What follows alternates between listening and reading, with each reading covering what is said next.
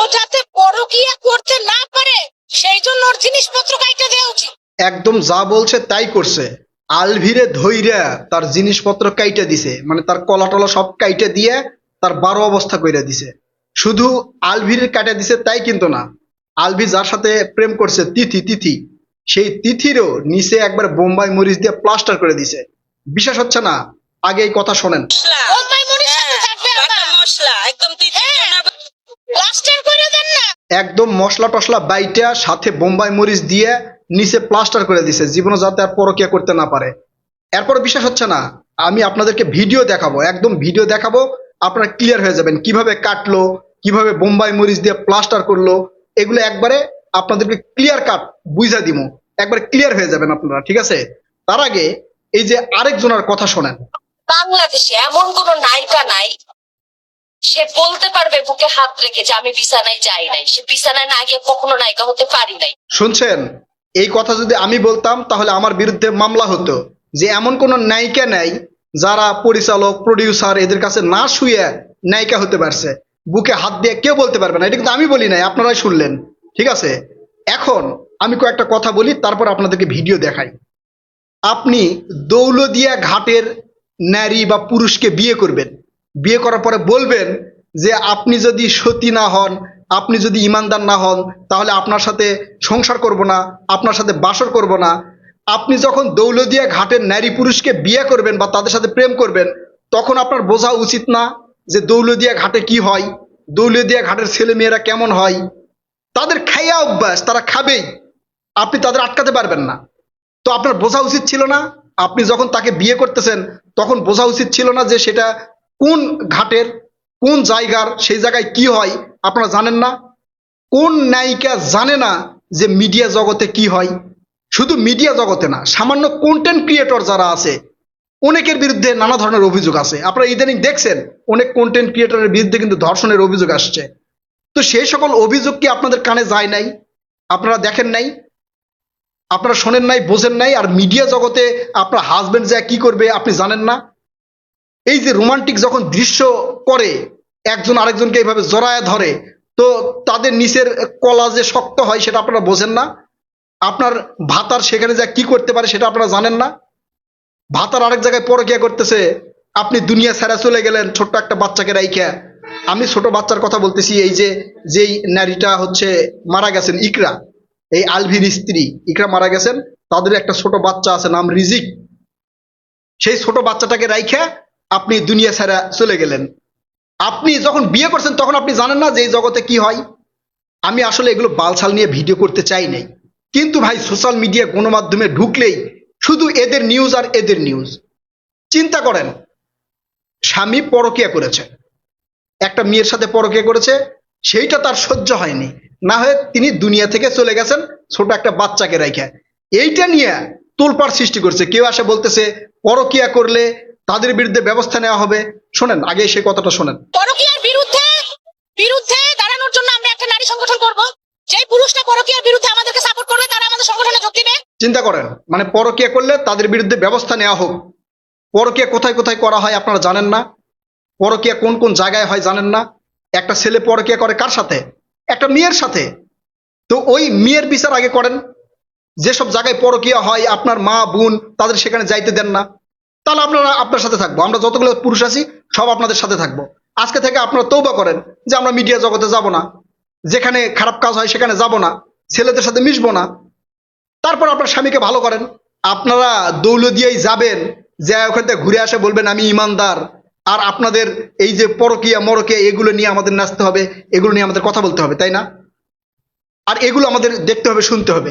মিডিয়াগুলোও হয়েছে রে ভাই, মানে এদের ভিউ পাওয়ার জন্য একবারে এগুলোই সবসময় তুলে ধরে, মানে একের পর এক কথাবার্তা শুরু করে। পরকিয়া কোন কোন জায়গায় হয় কে জানে না রে ভাই।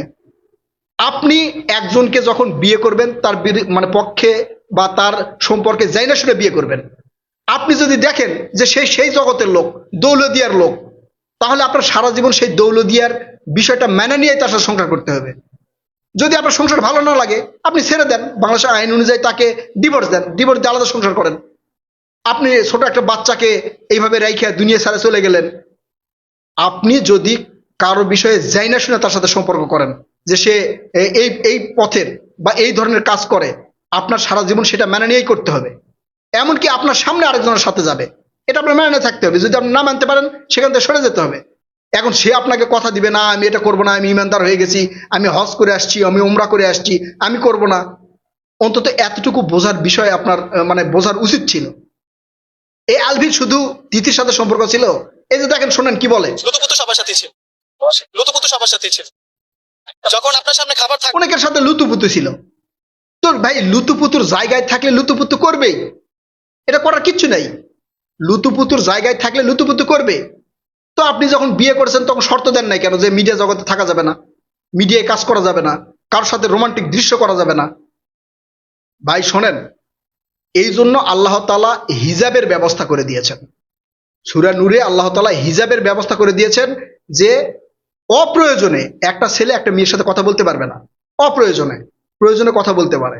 এবং ছেলেদের হিজাব হবে নাভির উপর থেকে টাকনুর উপর পর্যন্ত, আর মেয়েদের হিজাব হবে পুরো শরীর ঢাকা রাখতে হবে। এর কারণ কি? আল্লাহ তাআলা জানে যে একটা ছেলে যখন একটা মেয়ের কাছে যাবে, তখন তাদের মধ্যে শয়তান ঘুতাঘুতি করে, থাক তার বউ স্ত্রী যতই থাক, এটা করবেই, এটা করবেই, কোনো কিছু করার নাই। এটা করবে দেখেই আল্লাহ তাআলা হিজাবের ব্যবস্থা করেছে এবং নারী পুরুষের মধ্যে এই হিজাবের আইন দিয়েছে।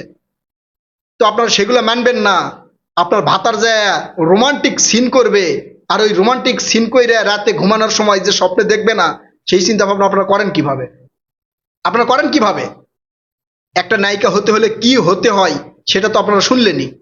তো একটা নায়িকা যদি এত কিছু হয়, তো প্রডিউসারের কি বৌসল নাই? ওই পরিচালকের কি বৌসল নাই?